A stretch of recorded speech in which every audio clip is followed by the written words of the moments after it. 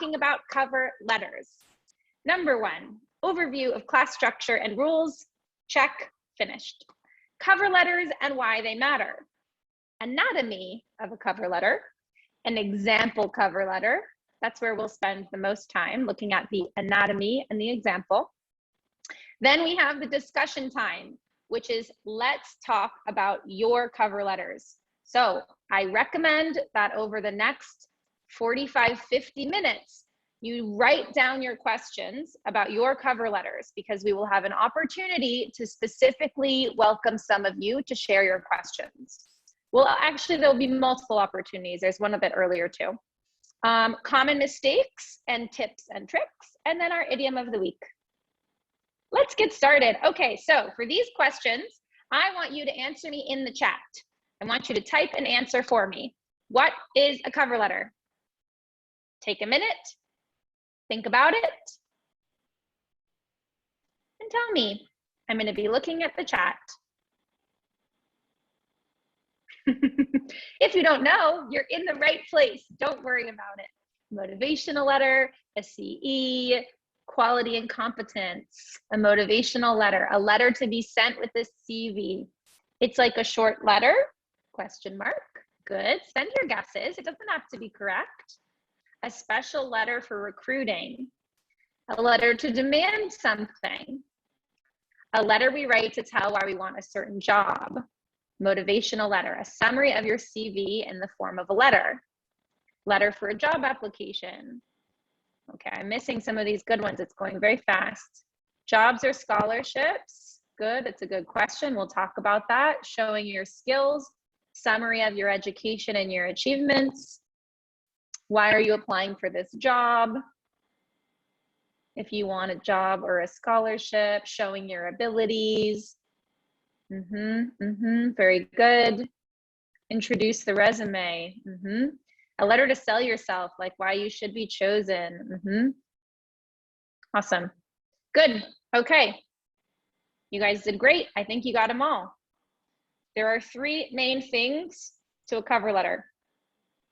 Number 1, most simply, it is a 1-page written document that you submit in your job application, in addition to your resume or a CV. So it is not a CV. It is in addition to a CV. It's a separate document. It is also the introduction to your resume.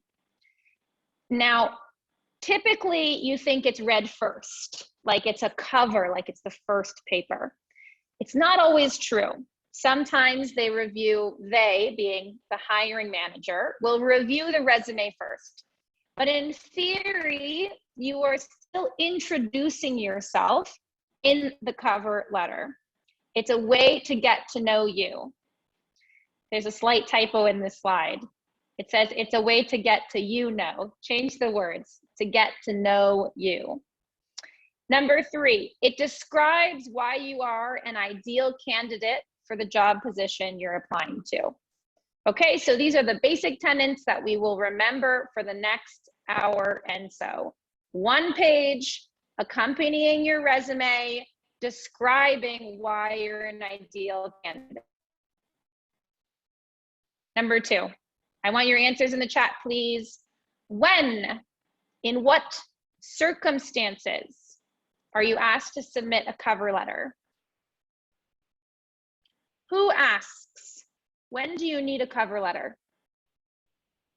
Jobs, scholarships, for a job, for a scholarship, for a job, for a scholarship, for an internship, for a university application, jobs, scholarship, jobs, a competitive position, university position, when a recruiter asks you, for immigration, for a student visa, for an internship, for a job, for a scholarship, jobs, to work for Tesla.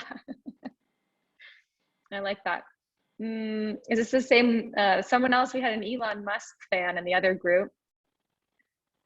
Basically, it goes with the CV, university application, internship, job, PhD, student visa. Good. We got them all. Good work, everyone. There are three main times that you will submit a cover letter: job application, the big one, scholarship and grant applications, and university applications. These are the three times that you will be asked to submit a cover letter. I think applying to Tesla would qualify as number one, job application. Next question. What is the purpose of a cover letter? If we submit a resume, why are we submitting a cover letter? What's the purpose?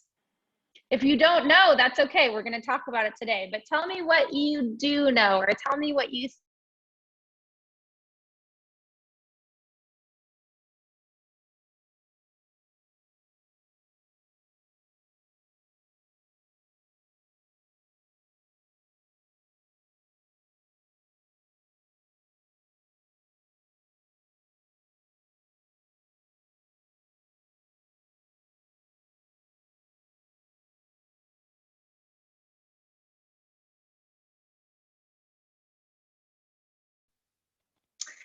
Okay. And we have Emily back, we have the recording back, and we have the answer. Cover letters have multiple purposes. I think you got them all. Number one, to interest the hiring manager in reading your resume. Convince them to even look at your resume. Again, sometimes they look at the resume first, but the idea behind the cover letter is to market yourself, to show them why they should be looking at your resume or your qualifications. To highlight or explain how your skills and experience are relevant for the job. Whereas your resume is listing your skills and experience, your cover letter is showing why those skills will help at this specific job. It's making a connection. And then number three is to introduce yourself in a personal and compelling way. Compelling, who knows what this means and who can put it in the chat first? What does it mean, compelling? Good, well, yes, it's positive. What's another word for convincing? Tarek, Ziadna, you were first. Very good job. Compelling means convincing. For all of you studying for IELTS and TOEFL, this is a great word. Okay, someone wrote, compelling is what vampires do. That is very funny. That is very funny. In this context, compelling means convincing. You guys are being very funny tonight. You're going to break my concentration. Okay, question number 5. What is the difference between a cover letter and a motivational letter? Tell me in the chat. Same, no difference. Professional way. Same, no. They are the same. Same. No difference. Cover letters in the US, one is for college, one is for jobs. More details in the cover letter. Cover letter is simpler. A motivational letter is a kind of cover letter. One is for a job. Cover letters mostly for scholarships. One's formal, one's informal. Cover letter is more professional. Someone's saying cover letter is more important, more superior than motivational. One is more professional, one is less professional. One has more information, one has less information. One is only for scholarships, perhaps cultural. Cover letter is only USA. All right, are your guesses in? Trick, it's a trick question. I would say about 50% of you immediately found the trick. There is no substantial difference. Cover letter and motivational letter essentially mean the same thing. However, we often hear the phrase motivational letter from universities, and we often hear the phrase cover letter from companies. In essence, they are the same thing. You can find, if you look online, some descriptions of small differences. In essence, they are the same thing. They are both letters to convince someone. There is one other name I don't know if anyone's going to know this name. There's one other name for this. I always say there are 3 names for the same thing. Cover letter, motivational letter. Does anyone know what is a 3rd name? Personal statement is actually different. Recommendation letter is different. That's written by someone else to recommend you. You don't write. Ooh, letter of intent, very close. Adine, letter of intent, I may accept that. Proposal statement, no. Statement letter, no. Essay, intention letter, yeah, close. Job letter, intentional letter. I'm being mean because this doesn't actually matter. It's the least common, so I'll just tell you. Oh, who said Miriam, interest letter? Aha, of interest. Ma'ahlam and Miriam Sharifi, nice. You guys got it. And Dada Mustafa, letter of interest. So more or less 90% of the time, I would say 100, but I never know. Most of the time, you will hear one of these 3 names: motivation letter, cover letter, and letter of interest. In essence, they all mean the same thing: a letter to describe yourself, describe your qualifications, and convince the university or the hiring manager that you are a good fit for the position or the available spot. Question number 6. I think this is the last one. Can you use the same cover letter for multiple jobs? Can you use the same cover letter for multiple jobs? No, no, no. Yes, of course. Yes, no, no. It depends. Impossible. No, I think so. It depends. Yes, absolutely no. Lots of no in capital letters. Why not? If it's the same structure for similar jobs, it depends on the job. No, of course not. Generally, no. Impossible. Just like the CV, we can't. Nada was in the last session, I see. It's the same with resume. No, I missed the name, but I think that person was also on the last session.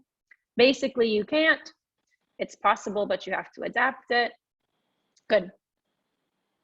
The answer is no.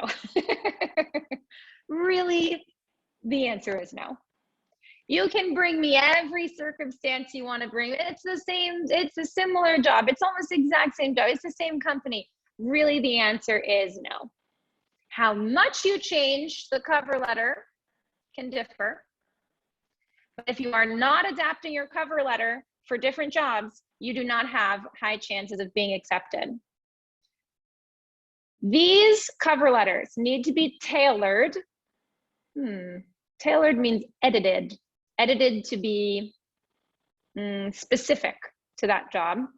They need to be tailored even more than resumes. So for those of you in my session last week, we said resumes also shouldn't be the same for each job. But in these, you change some vocabulary, you change keywords, etc. A cover letter is a written, convincing document. These need to be changed for each job.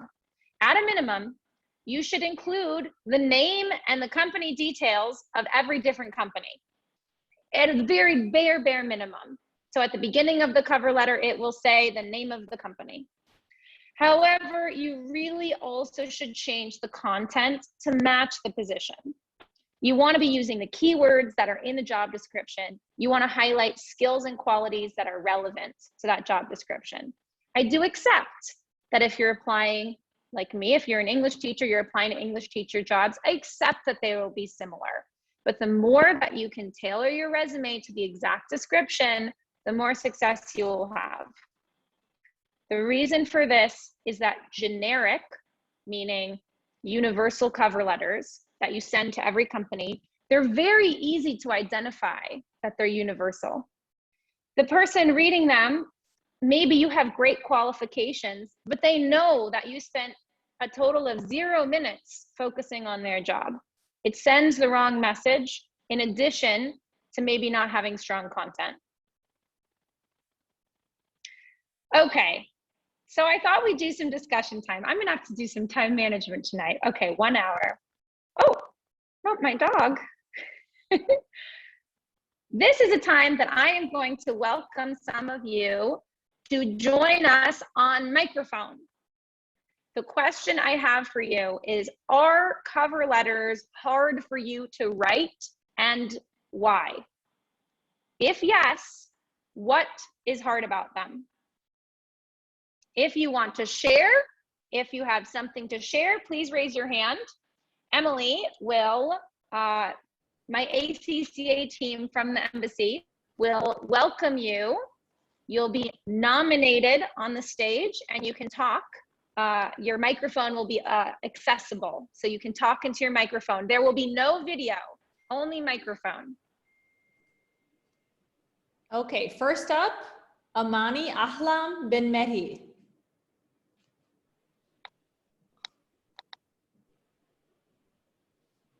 Amani, can you speak in your microphone? Can you hear us?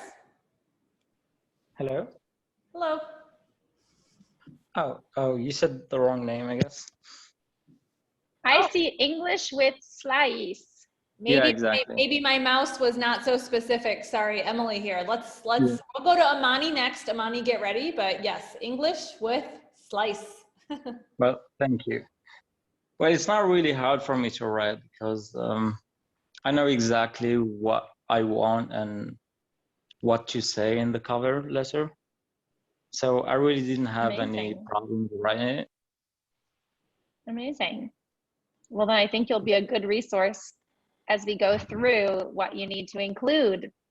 Hopefully, yeah. I just want to learn more about it, so that's why I'm here. Wonderful. Absolutely. You're very welcome. Thanks for sharing. Thank you. Thank you. Hello, Hi, Amani. how are you? I'm doing well, thank you. Welcome to the class. Yeah, thank you so much. This is the third session and I'm really enjoying your session. Thank you so much for the information. You're welcome. Tell us, Imani, are cover letters hard for you?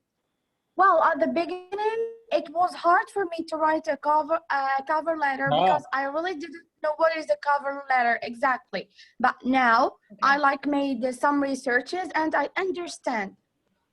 So now I don't have any problem in writing cover letters. Beautiful. What I love about this is that you researched to learn more about it, and now you have the answers and the confidence. We love this. We love research here. Nice. Yes. Thank you so much. Thanks, Amani. Thanks for sharing.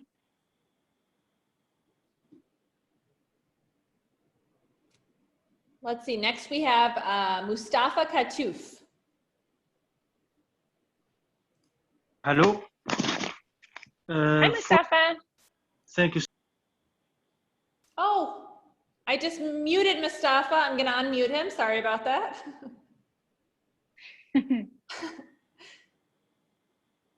Are you back, Mustafa? Sorry. Hi. Hi, sorry. First, I want to thank all my brothers in Algeria and my sisters there. I am from Morocco. I see that cover letters and I come here to study with you. It's so important for me. First, thank you for this lesson. It's wonderful. I enjoy to see all that kind of learning, fun learning. Cover letter, it was so hard for me first time. I think in 2016, 15, I write to get a job at Europe, but I have no experience. But after many experience in the Casablanca, Dar America, and at many center. Now I think we should be specific and we should speak in the cover letter about the most important motivation to get that job or to get that scholarship. Thank you so much. Thank you, Mustafa. I think we probably have many people in the class with us today with a similar concern. How do you write a cover letter for your first job or when you don't have a lot of experience? It's a very, very hard position to be in at the beginning of your career, like you explained.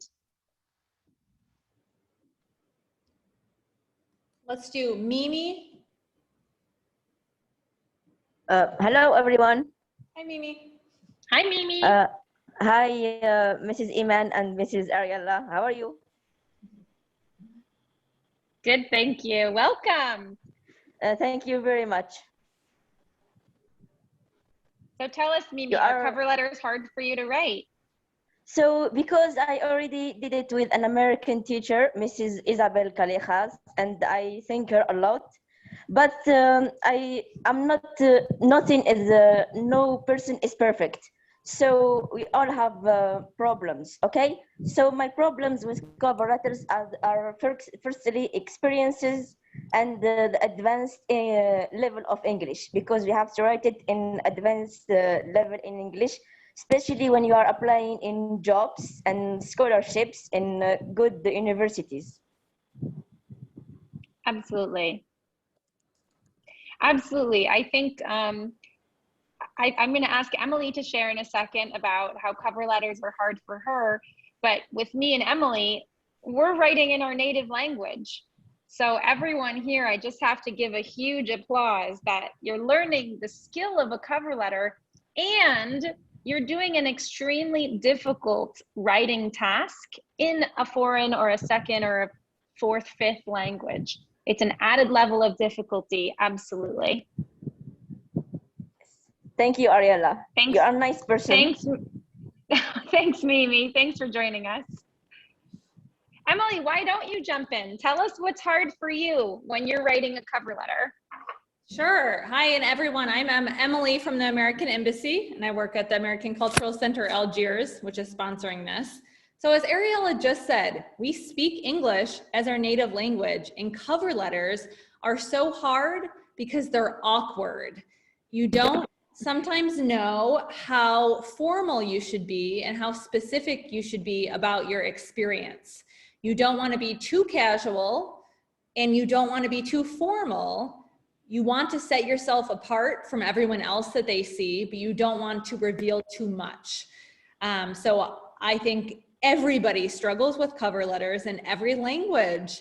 I think that what I try to do with cover letters is try to say something that is unique, where the person reading it's going to remember me, but still in an appropriate and professional way. So nothing vague like, I hope you'll consider me for this position. I'm so excited. When I read this job description, it sounds perfect for me. I have a lot of experience. Please see my attached resume. That's too vague, and no one would remember anything you say because it was vague. It was similar to what everyone else will say. So I think the key is that you have to put something very specific in there. You know, if you're a female oil engineer who's had 5 years of experience and you love creative writing, that is perhaps something you should say in the cover letter, because it will stick in someone's head and be specific. So that's why it's difficult. You have to be specific and memorable, but still professional. Absolutely. The challenges are many, even for us native speakers. But what we will talk about today, and Emily, unless we have someone lined up, I think maybe we'll keep going. Is there anyone lined up? Well, there are, yes, many people with their hand raised, so. But I mean, there's no one who's on the stage with us that I'm cutting their chance. No. Okay. Well, you guys, there's going to be more opportunities to participate. I just like to hear from you, and I like from you to hear, I like for you to hear from each other about the types of challenges that you face. All of us face challenges with cover letters, and I think that there's one basic reason for this, which is that it can be hard to write about ourselves. It can be hard to market ourselves. It can be hard to brag about ourselves, to sell ourselves. I think many of us, we talked about this last week, would feel very comfortable bragging about our friend, saying why our friend would be perfect. When it comes to us, it adds a layer of awkwardness of, are you doing too much? Are you doing too little? So I think regardless of the language challenge, nobody likes the experience of having to brag or market yourself until you get used to it, and then you get very good at it, which some of our people who joined us seems like they're already in that spot, which is great. All right. This is my next dog, and he's saying, so let's get down to business, shall we? Today, I need to set some expectations. There is a lot to learn about cover letters. There is no way we can learn everything in the next hour. So what we will focus on today is structure and organization of a cover letter. I encourage you to use this information to add it to the information you already have. Or if this is your first time learning about a cover letter, this is the first information you're getting, know that this is just the beginning. And hopefully this gives you enough data, enough to think about that then you start researching on your own to add more. Unfortunately, we would need an 8-week course, I think, just on cover letters to go deep into each element. So today we will go in a broad overview of the anatomy and organization of cover letters. This is a very big picture that I think doesn't even fit in the screen. Oh no, it does. Okay, I see it. It is essentially what a cover letter should look like. Don't worry about reading. I just want you to look at the picture. So you see that we have the format of a little bit of those 2 gray blocks at the top, 1 and 2.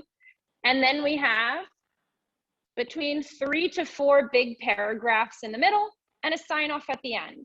That is roughly what a cover letter will look like. It really looks like an actual letter. You are writing to dear someone, there's a message, and you sign off. Let's talk about this. The first thing we have is a header. This includes your name, your phone number, your address, and your email address. When you are applying to jobs, you need a professional email address. It should only have your name. It can have numbers if it must, but the best is just to have your name. It can be Ariella Knight at something. It can be a Knight. This is for my name, at something. It can be Knight Ariella. It can be a longer version with your middle name, but keep it professional and simple. Having numbers is okay if you must, but do not have words. Do not have different words or nicknames. It should also have the name of the company and the company's address. Okay, so we're talking here about, is this loading? Okay, we're talking here about this first gray block at the very top. After this, we're gonna go through an example. This is kind of the boring part. What actually is in a cover letter? At the very top, this is numbers 1 and 2 in the picture, you have the header. Or sorry, number 1 in the picture, we have the header. Next, we have the greeting. Dear, dear Mr. John Smith, comma. That is how we start a letter in English, and that is how your cover letter should start. You always include a greeting because this is a letter. You don't just start writing. We always address our cover letter to someone. You can choose to write Mr. or Miss with the last name. I do not recommend Mrs. MRS. I do not recommend. Miss is general. It applies to everybody, married and unmarried. Do not guess someone's marital status. Use Miss. Or avoid it. Sometimes we don't know someone's gender. It's not necessary. Dear Ariella Knight, that is a perfectly acceptable beginning to the letter. If you don't know their name, this is common. You see a job posted, it says the department, but it doesn't tell you who's reading the letter. Okay, no problem. We write to whom it may concern. Absolutely. Use this, even if you do know their name, this is fine. To whom it may concern, this is a perfect beginning. You don't need to think any further. To whom it may concern. I often see dear hiring manager. That's also perfect. Dear hiring manager. To anybody who's maybe reading this, who's maybe hiring. All right, so we're back to our picture. We were talking about number 2. This is just the little greeting. And although sometimes it feels silly to go into such detail, when these are incorrect or they're not included, it's noticeable. I wouldn't say members of the jury in English. It doesn't translate. We want to say, dear hiring manager, dear, I do accept dear recruiter, but I prefer to whom it may concern. That includes everybody and anyone. Next, we have our introduction paragraph. So now we've begun our cover letter. The introduction paragraph is very short, 2 or 3 sentences. You are introducing yourself and you are simply stating the position you're applying to. You need to be clear about this. What if they have 3 open jobs? They're reviewing for a cook, for a cleaner, and for an electrician. You need to say immediately, I am applying to be an electrician. It's the first thing they need to know is what job you're applying for. Here's an example. I am interested in the supply chain coordinator position at Halliburton. Use this section. You have one chance to add something small. In addition to the job you're applying to, you can add something small, maybe 2 small things. Here are your options of what you can add in your introduction paragraph. A contact. If someone referred you, say it immediately. I made up this name. Marwa Aduni suggested I contact you about this position, as she feels my skills make me a great fit. I recommend that you look at this presentation afterwards and you can take almost word for word these phrases. They're relatively generic. Okay, you can take basically this sentence and put it in your resume. I don't think that would set off plagiarism. Maybe change from good fit to great fit, from skills to experience. These are great sentences. You don't need to be creative. You're absolutely allowed to take screenshots. Take as many pictures as you want. Number 2, express excitement. This is an opportunity immediately after you've said, I'm applying to be the supply chain coordinator. You can immediately express excitement about that. I would greatly appreciate the opportunity to meet with you to discuss what I can bring to the position. That's even actually not that excited. You could be more excited. I'm extremely excited to see this opening, and I believe my skills would be a great fit. Okay, include something in there about just being happy, being excited, I think is great. Again, you do not need to do all 3 of these things. In fact, it may be too many details to do all 3. These are your 3 options in the introduction paragraph. The last one is to highlight key attributes. These, I recommend that you use keywords from the job description. Here's an example of a sentence that you can have in your introduction. My track history of successfully managing teams and delivering projects on time and on budget makes me a good fit for the role. What you are doing is you are identifying 2 qualities that you want them to notice before anything else. They have your whole resume. They can read all your qualities. In the rest of the cover letter, you're going to describe those qualities. In the introduction, it's a way of putting a big light on them. This is what I'm going to talk about. This is what I want you to really know about me. I have management experience, managing teams, and I have project delivery experience with the details that we're on time and we're on budget. Okay, apparently we're getting a lot of questions about whether a cover letter is necessary if it wasn't asked for. I say yes. I always submit a cover letter. There may be some jobs where if you don't submit a cover letter, you may still be considered. Those are going to be jobs for which they have limited people. So they're looking at your diplomas or your technical skills. So maybe my example of an electrician is not a good one because maybe there's only so many people who are qualified electricians. You don't need to do convincing if you have a very high level technical skill that other people don't have. However, I have never gotten a job without a cover letter, and I have never known anyone who has gotten a job without a cover letter. I strongly 1000% recommend that you send the cover letter. Yeah, I see some people sending emails in the chat. Nobody's emailing anything. There's nothing getting emailed to you. This will be posted on YouTube. Or you can make friends and email each other as you want. That's fine. Okay, back to this. So as a reminder, we've now talked about the introduction paragraph. That was just the introduction paragraph, the 2 to 3 sentences to catch their attention.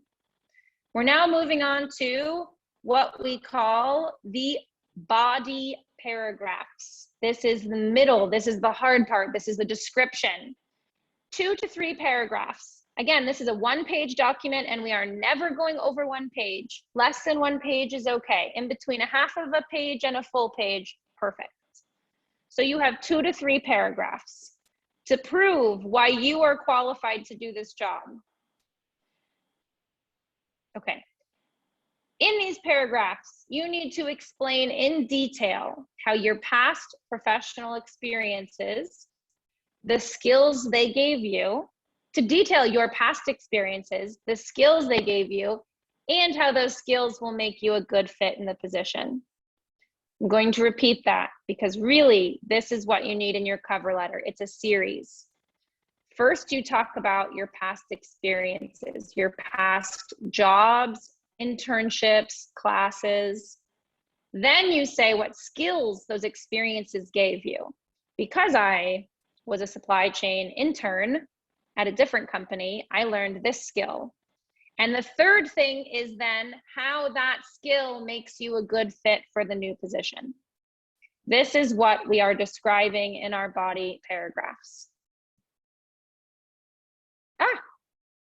Number 2, focus on specific attributes that you will bring to this specific job. Do not tell me that you're good at time management and budgeting. Explain to me why being good at time management will help this position. Show me that you've thought about this position and you've thought about how that skill will benefit this priority. How this skill will benefit this position. Use keywords. If they ask for budgeting skills, mention budgeting skills. If they ask for financial management, mention financial management. Repeat the same words they put in their description and describe why you have those. Important tips for body paragraphs. Keep them organized, okay? When the hiring manager is reading this, sadly, they are probably not taking a lot of time. They are what we call scanning. They look quickly, keyword, they catch keyword, they catch contact name, reference, they catch weird extra detail, interesting story, they catch. They're not reading every line. So keep it organized so that it's easy to read quickly. You can organize, I recommend 2 different ways to organize. Number 1, you can organize by skill. Paragraph 1 is about my organizational skills. Paragraph 2 is about my teamwork. That's one organization style. The second one is you organize by past job. So paragraph 1 is about my work with company A. Paragraph 2 is about my work with company B and why that work makes me a good candidate for this position, etc. We're not just telling stories. We're saying what we did, the skills it gave us, and how that makes us applicable to this job. And paragraph 3 is maybe my freelance work with multiple clients, etc.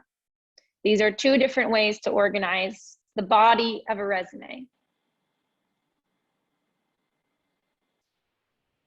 Okay, another tip, keep focusing on the job that you want, not the jobs you had, which is what I'm talking about when I say, don't just tell us about your skills, tell us why those skills will help us in the new role.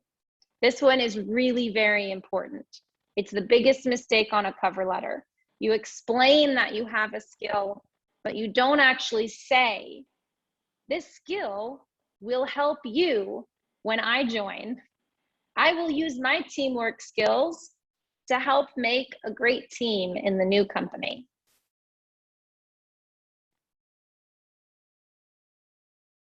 I'm seeing that we have lots of questions in the Q&A. I'm realizing that this is a lot of details I'm giving you at the same time. So once I finish body paragraphs, I think we'll take a pause. We'll see what questions we have. The last one is just pick a few examples. Choose 1 to 2 examples for each paragraph and take time to explain them. Don't mention skills that you won't need. Let's look at some questions. Is a cover letter necessary? Yes, I think so. A lot of questions. I think so very strongly, yes. What is the difference between a scholarship and a grant? I think that's not exactly relevant to this. I'm going to leave it. Are these points the same when we're applying to a university? Yes. There are some slight differences in terms of what you include in the letter, but the actual structure of this is the same. For example, when you're applying to a university, they might not care about your budgeting or your arrival on time because they're not looking at you as an employee. So you would choose to focus on qualities that they would want to see in a student.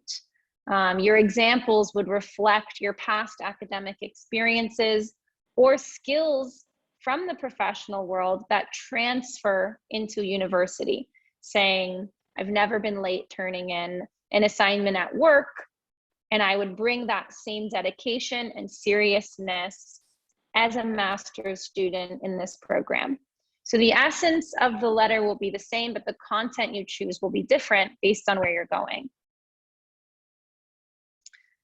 How should we start the letter when we are not applying for a specific or an open position, but we are simply sending our CV to a company in case, our CV and cover letter to a company in case there's any open position in the future? It's a good question, and I know this is a good strategy when you're just starting out in your career, is to send out a sort of general, here's who I am, please hire me. The first thing I will say is I really recommend you wait until there's an open position, because you cannot be very strategic when you don't know who they're looking for. We don't know if they'll need someone with customer service skills because the positions aren't posted. So how do I know what to essentially brag about? But for those of you who are doing this and who are in that position, I really recommend you do a lot of research and you guess essentially what skills they'll need and want. So in the letter, instead of saying I'm applying for the open position, I would say something similar to, I'm writing today to submit my CV and cover letter for consideration for future roles in this company, and then justify it. Why are you sending them a cover letter if they have no positions? Your best justification is that you are just so excited that you really, really want to work there. You can't wait, and you need them to know that you're excited. So I would really emphasize this in that scenario. I'd emphasize saying, you know, although there are no open positions now, it is my dream to work at a company such as this one. And I would be honored to have the chance to speak with someone further about how I can serve your needs. That's how I would recommend starting a letter that is to a company without a position. Is the cover letter compulsory in scholarships as well? Almost always. For the US, Canada, the UK, yes, almost always. For Germany, for Russia, for scholarships in Asia, I think maybe not. Turkey, sometimes. So it depends on where the scholarships are, but I think the ones in native English speaking countries, the culture of scholarships in Anglophone countries usually demand or usually request a letter. Ooh, Nasreen has a great question. Should the cover letter be sent in PDF format? Yes. Yes, yes, yes. The big problem of sending a cover letter in Word is that sometimes they can see your edits. It also doesn't look very professional. I don't want to get something that I can change. I want to get something in a PDF that essentially is, no one has modified this. It came straight from my desk to yours. The real concern, I think, used to be that if you used a feature in Word called track changes, that people could see your edits. That's why the PDF was important. But now this is a standard. The standard is to send a PDF, so we meet the standard. Let me just check. I'm getting a lot here from my team. Okay. Someone asks, how is a cover letter different than what you write in the email? That's a hard one because the email is a short message that you attach the cover letter to. The best I can do is to find a way to repeat your introduction paragraph in the email. If you can slightly change the words, that's great, but it's the same content that you want in the email. You know what's great in the email? It's not in the cover letter. It's not a repetition to say, please see attached resume and cover letter. But really what's in the email is the same content that you would have in your introduction paragraph, especially if you have a reference or a contact. Include that person's name everywhere that you possibly can, because you're trying to get them to see that you had a referral and that they should definitely review your application. Okay, I'm seeing lots of questions. Why did you say you don't need to write down unnecessary skills? It's a very good question. The hiring managers are looking for specific skills. So there's two problems when you include unnecessary skills. Number one, it looks like you didn't read the description. If they're telling you that they need someone with, as we said, customer service experience, strong communication, people skills, teamwork, and you start providing a lot of information about something else we talked about, budget management and financing, it looks like you haven't read the position. Because why? Why are you telling them about those skills if you won't need them? The second is that imagine you've included teamwork, communication, and then you add budget, finance. You're now making it too busy. You've made it hard for them to find the appropriate skills. We want to only pick maybe 3 or 4 skills to really focus on in the cover letter. So be strategic with what you pick. If you send me a list of 10 things you're good at, I probably won't even remember one. Because I've just read, okay, whoa, he's good at everything. Oh, he communicates well, he's on time, he's responsible, he's hardworking, teamwork, it's gone. If you send me something and you say, I am always at the office on time and I'm the most responsible employee you'll ever have, and that's the only thing you tell me about you is your responsibility, your commitment, I'm gonna remember it. So be strategic about what you include. I want to keep going. These are such good questions. I'm going to keep going a little bit, you guys. The artistic side of preventing a cover letter. If you've been with me before, you know what I'm going to say, which is go boring. Go plain font. Go not fancy. Don't show creativity. It's not worth it. Very few jobs are excited to see creativity, unless you are applying for a job that wants creativity, like a graphic designer.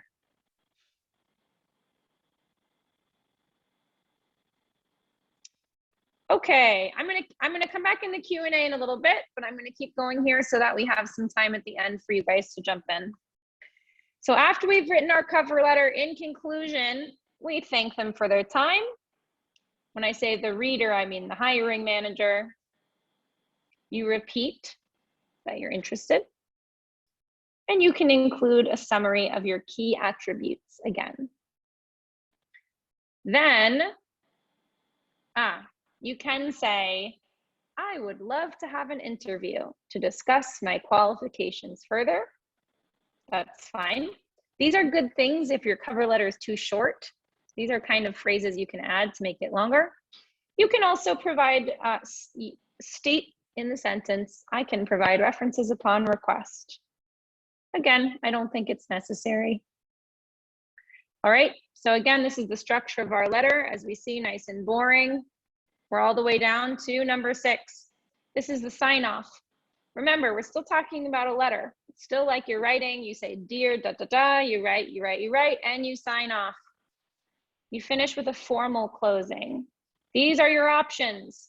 Sincerely, respectfully, thank you, and thank you for your consideration. If you want to get a little more creative than this, that's fine, but I really do I caution everyone, the benefits of creativity are hard to achieve, and signing off is not really a space that you need something special. Just use the normal ones. Me personally, I always say sincerely.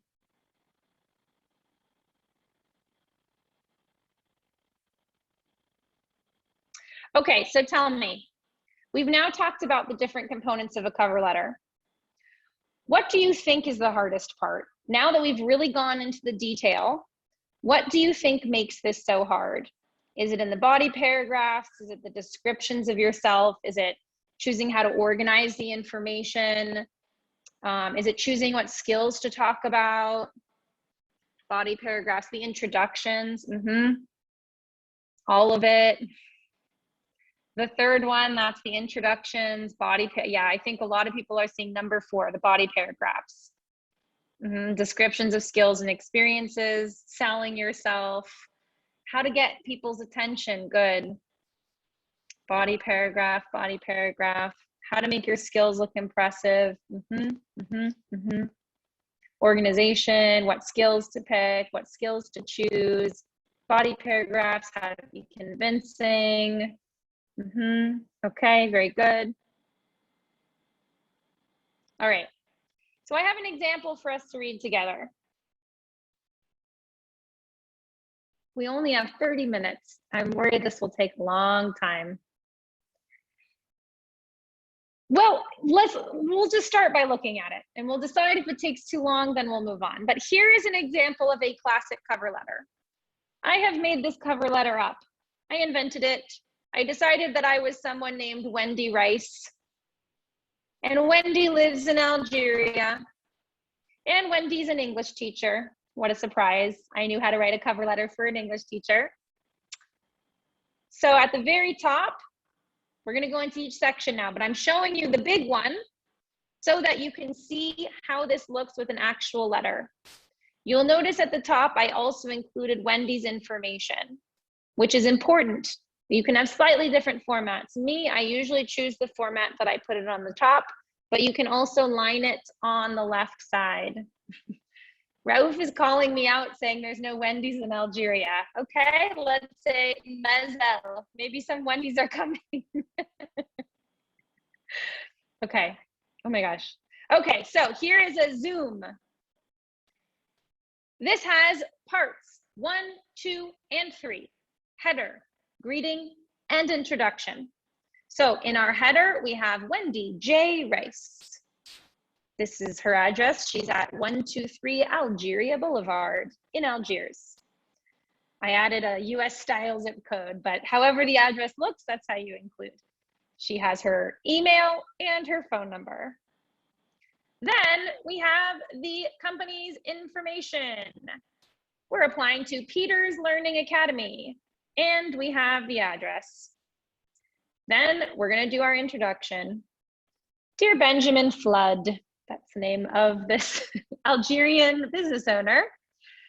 As a skilled and enthusiastic ESL teacher with 2 years experience in curriculum design, it is my pleasure to submit the enclosed resume for your review for the position as a curriculum design specialist with Peters Learning Academy.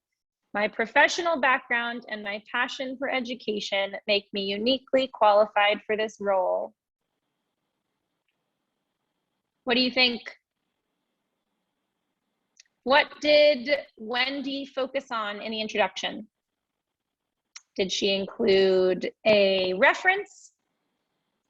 Did she include, Did she include her skills or key attributes? Did she include her pleasure or excitement? Which ones? Experience, her experience, her skills. Very good. I see some of you are pointing out that this is quite long. Tell me, how many sentences is this? How many sentences? This is 2 sentences.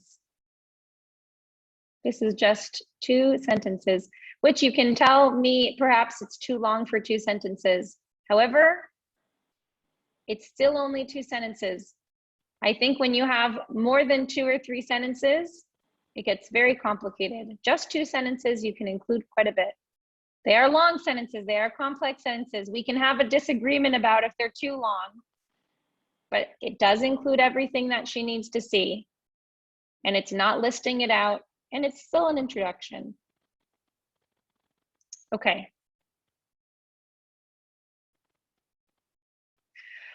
Oh, I don't know. I don't think we're going to have time to read each of these body paragraphs. I'm just going to do, well, you guys are going to see this afterwards. I think I'm just, I want to give you guys time to jump in.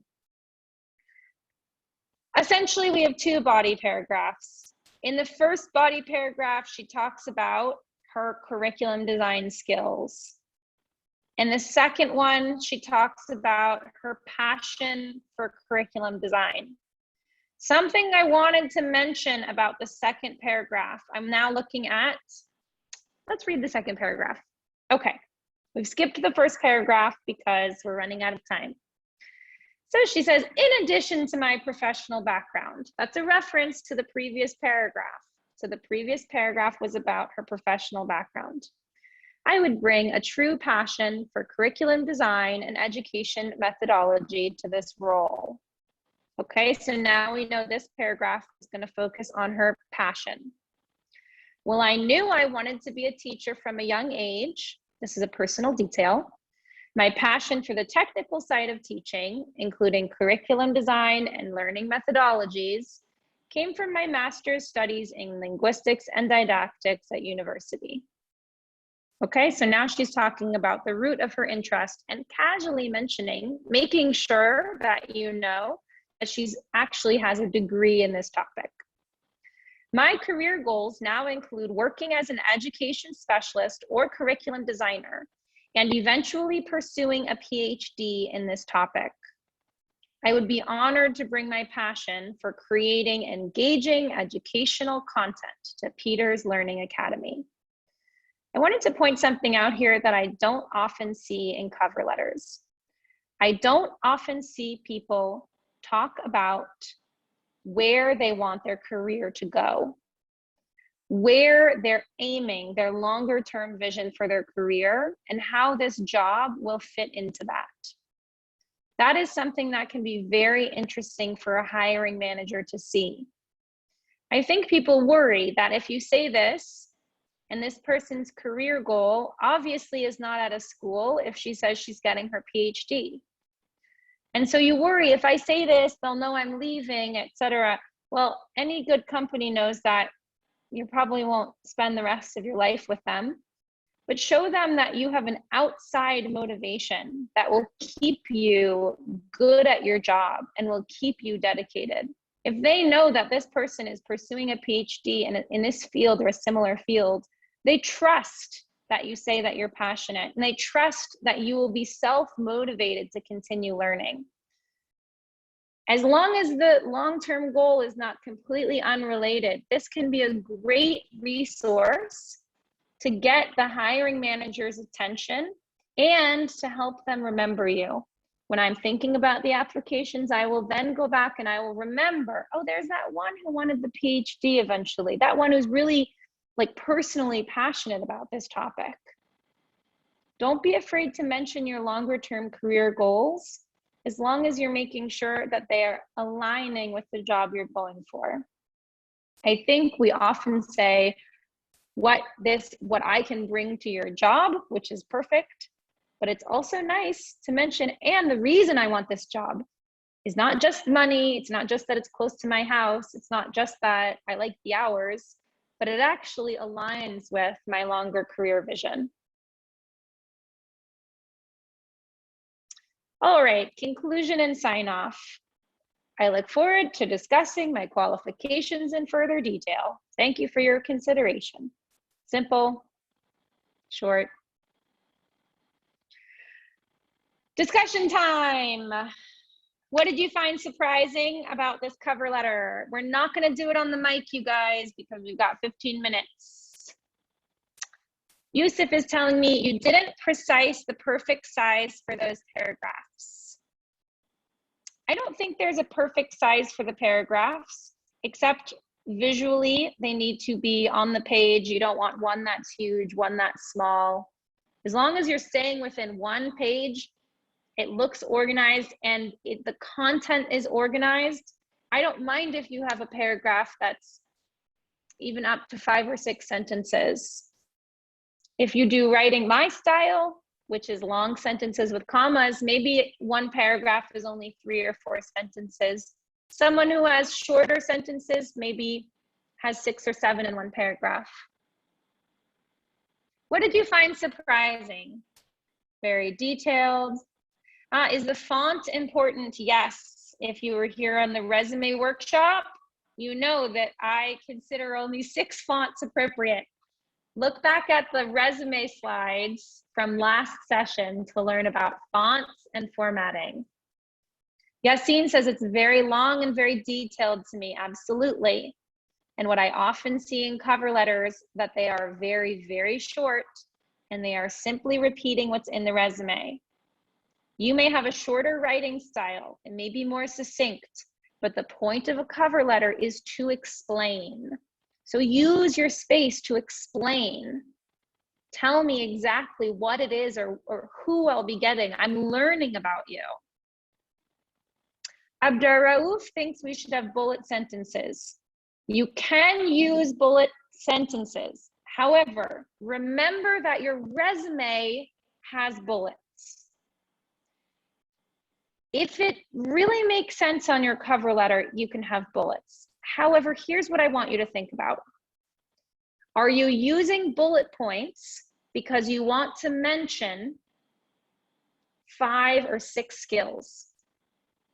Because if this is the case, I don't think it's a good idea. I would say use bullet points if you have maybe 3 examples to support 1 skill. The point of the cover letter is not to drown you in information. In fact, the resume has all of the skills on it already. The point of the cover letter is to highlight and explain in detail your skills and why that job should want you. The manager disagrees with this type of cover letter because it takes time to read it. Well, as someone who is a manager, I promise you, they're not sitting and reading the whole thing. Let's see, if I were gonna scan this, let's see what comes up. If I were gonna scan this paragraph, I would see educational methodology, technical side of teaching, linguistics and didactics, curriculum designer, PhD, and passion, and I'd move on. Again, there is a question if you're applying to jobs where there's a language component, where you're not sure if the hiring manager has a high level of English. The advice does change, and I would absolutely recommend simplifying. But if you're applying to a job where the expectation is that the language of the hiring manager is a high level of English, I wouldn't worry about making it too long. I really would worry about making it too short.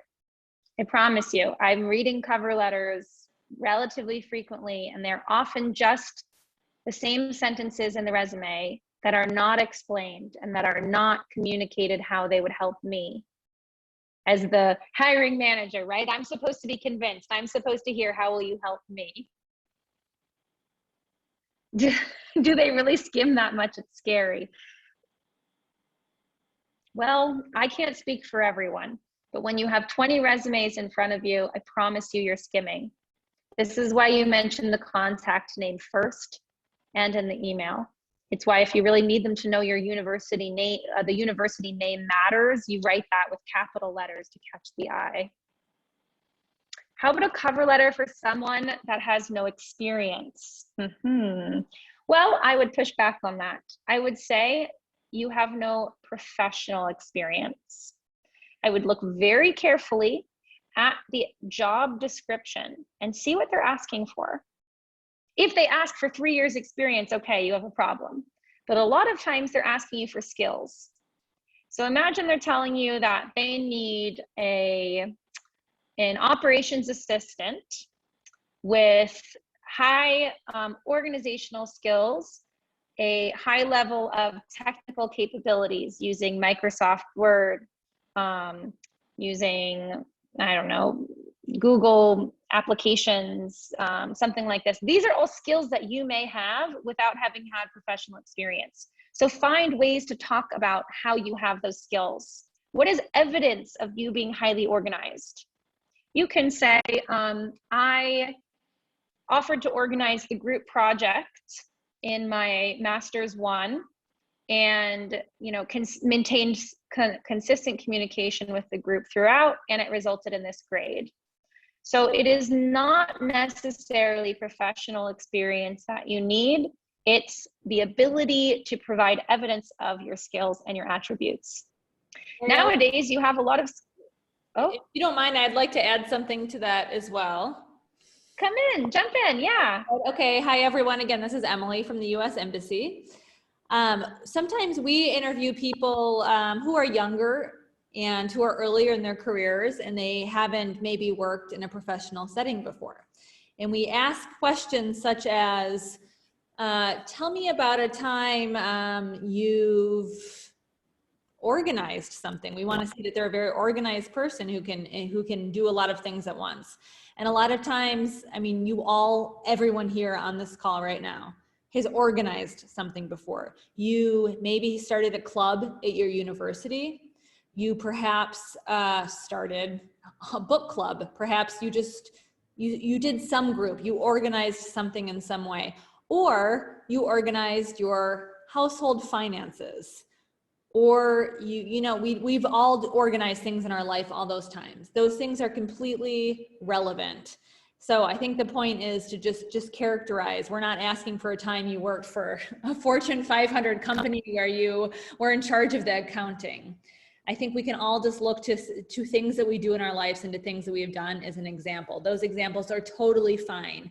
You might feel silly writing them in a letter, but I'm telling you, there's a way that you can do that makes them sound totally legit, totally valid, and that they fit in exactly with what the job description is. So you just kind of be creative. And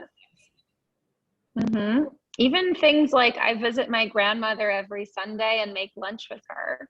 Tell us about that level of commitment and dedication and responsibility and consideration you have because of it.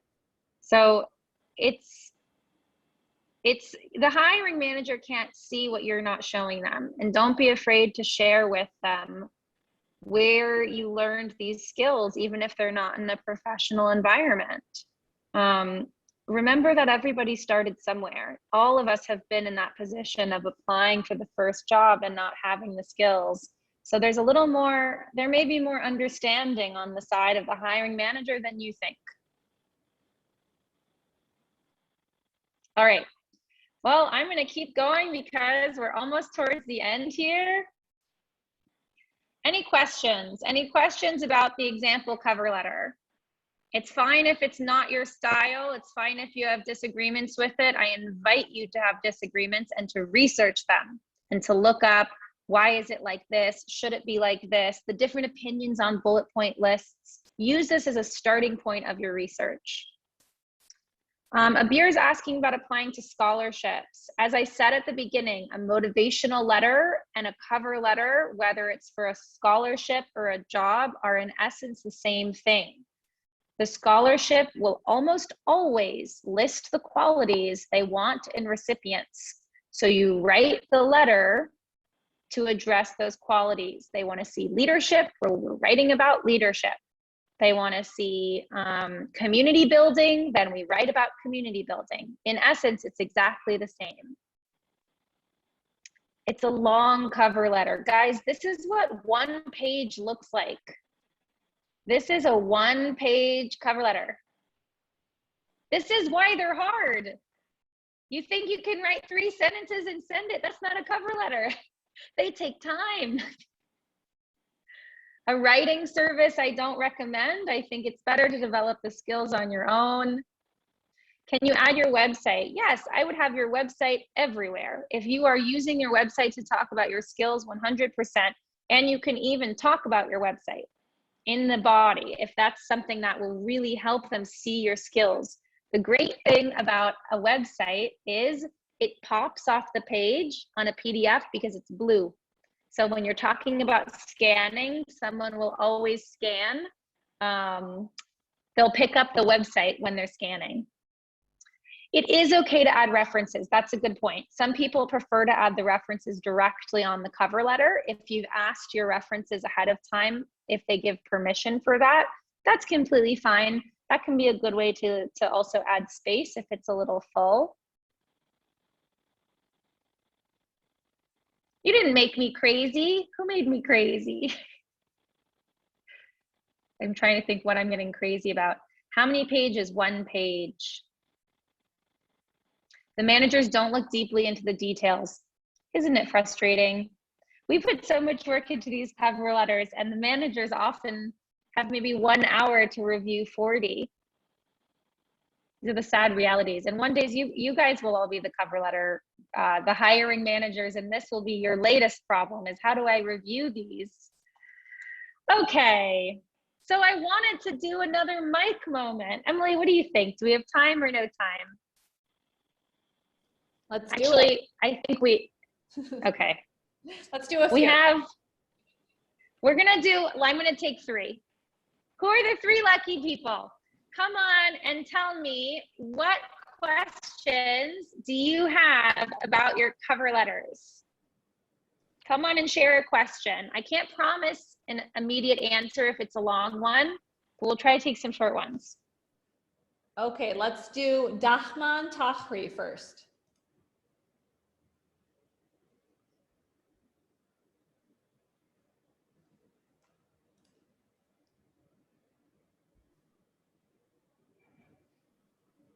Oh, I think you're still muted. Dahman, are you there? Yeah, I'm here. Hello, everyone. Hello, thank you, welcome. Emily. Yeah, thank you, Ariella. Thank you, Emily. Thank you, everyone. And thank you, the attendees. I would like to ask a question. Should we prove our previous experiences with the certificate? What do you mean by prove? Proven. Great question. I mean, like have the attachment. Yeah. It's a great question. It's a good question. Certificate Here's what I or recommend. something like this. Mm-hmm. Here's what I recommend. Thank you for the question. In the resume, list certificates that are relevant. If you have 20 certificates, but only 3 are relevant to the job, just list the relevant ones. Again, you don't want to have so much that they don't notice the good ones. Mm-hmm. And then you can say in parentheses, available upon request. I would not send them with the initial application. You don't want them to receive so many documents that they get confused. I would just list the certificates and say available upon request. Thank you for the question. Yeah, thank you. How about Hadil Ben?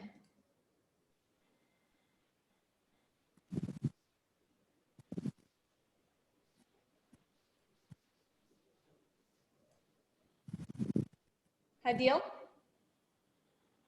Hello?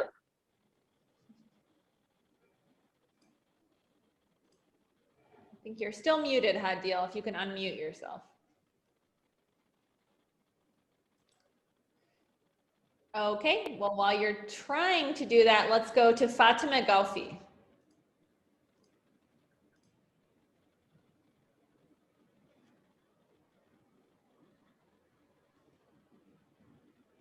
Fatima.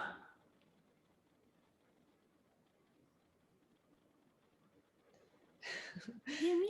We might be having some internet issues. Just heard Fatima. Are you there? Hello, can you hear me? Yes. Hi, Fatima. Welcome. Hi, thank you. I have a short question which is about the picture, especially in the companies. Should we include a picture or not? And thank you. Well, thank you very much. So the question of including a picture is actually going to be about your resume or CV. That's where we include a picture or we do not include a picture. On the cover letter, I say no to picture. If we do a picture, we include it on the CV. And unfortunately, the answer is not so simple.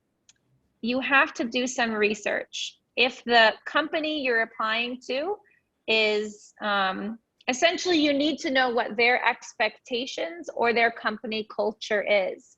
If it's an Algerian company and everyone is sending a picture on the CV, then yes, include a picture. American companies don't typically use pictures, so don't use a picture. So the job is really on you as the applicant to know what is the norm or what is the expectation of the company I'm applying to. And that's how you decide, do I use a picture or no picture? Okay, how about Thanks so much. Hope's Center? All right, last one.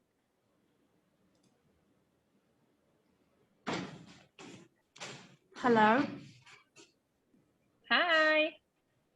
Hi, how are you? Good, thank you. Welcome. Thank you.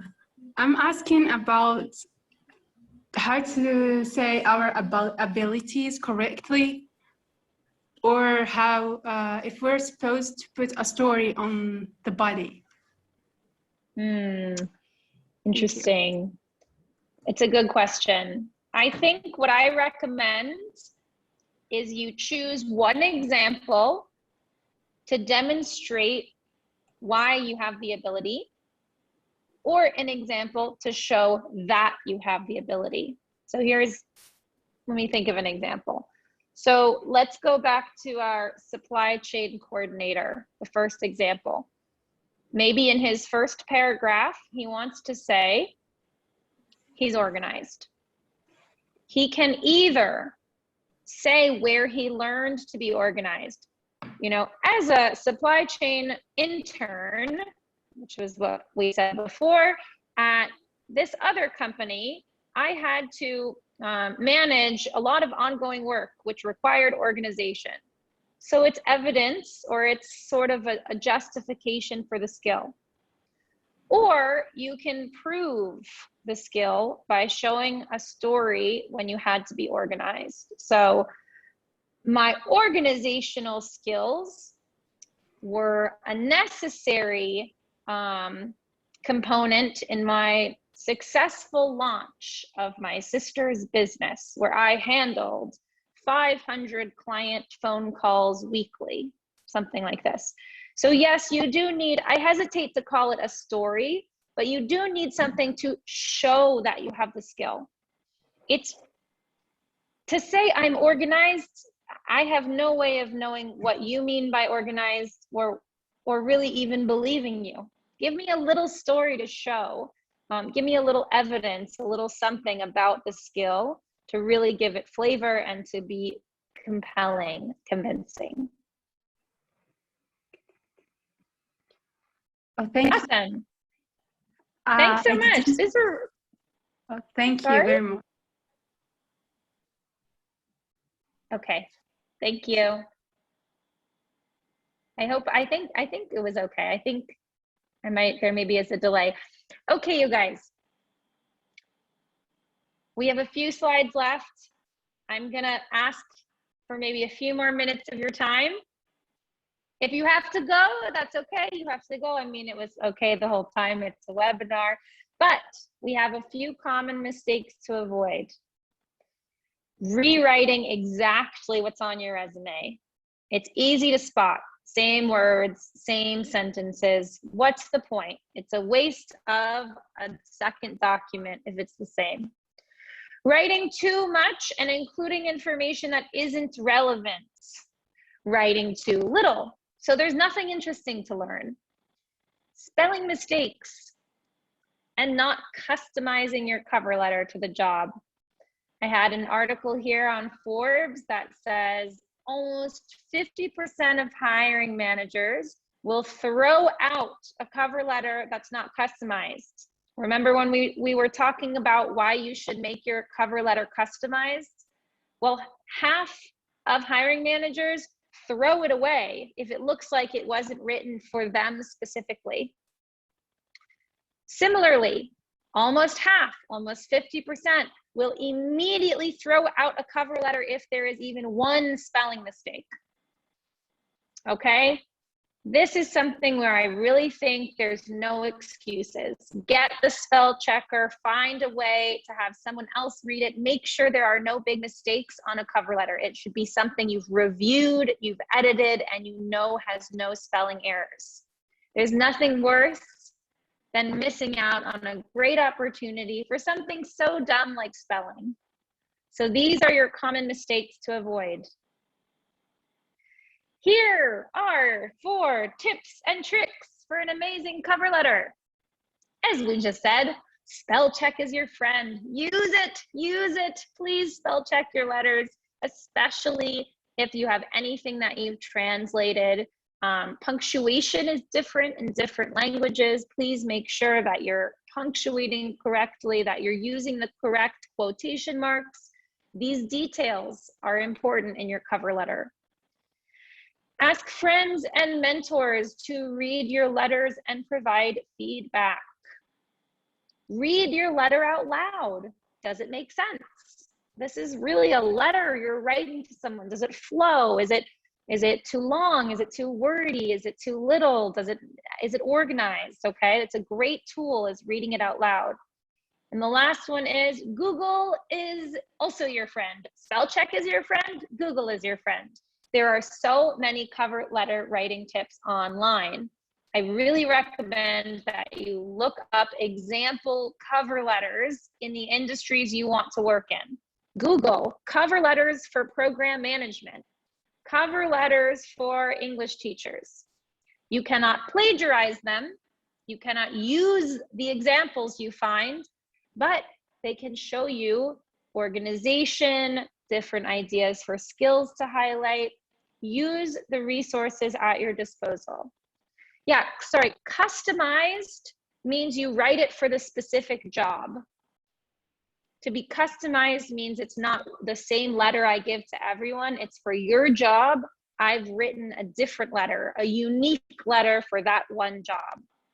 That's what we mean by customized. Okay, this, I think if you think it's as useful as I think it is, I recommend take a picture. I gift you 5 phrases. It is my present to you. These are phrases I love to use in my cover letters.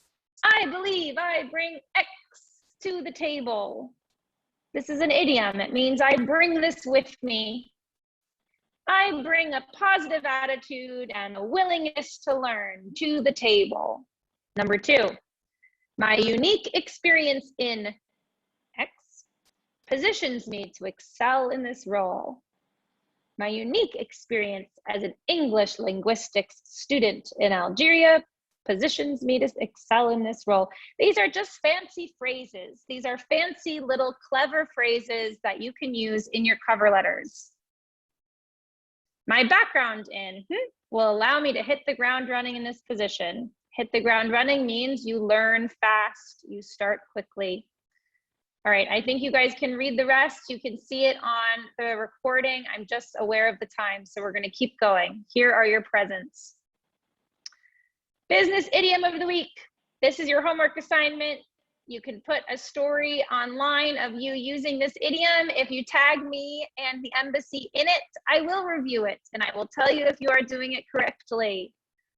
The idiom is by the book. It means to do something while following the rules. I'm following the rules. I'm doing my accounting by the book. There's no illegal transactions. So your homework is to use the idiom by the book. That's it, everyone. Thanks for joining. Next week, we're talking about interviews, interviewing in English. Hopefully we'll get some embassy staff on here. Maybe we'll do some example interviews. I hope that you enjoyed the class. And I know we just barely touched the surface of cover letters. It's just, whew, there's so much to talk about. Maybe our week 8 we'll come back to cover letters. I think we left a lot that we could still work on. Thank you, everyone. Thanks for coming. Oh, someone just got into the session. Sorry about that. But the recording's on YouTube. Thanks, guys. All right, I think that's it, Emily.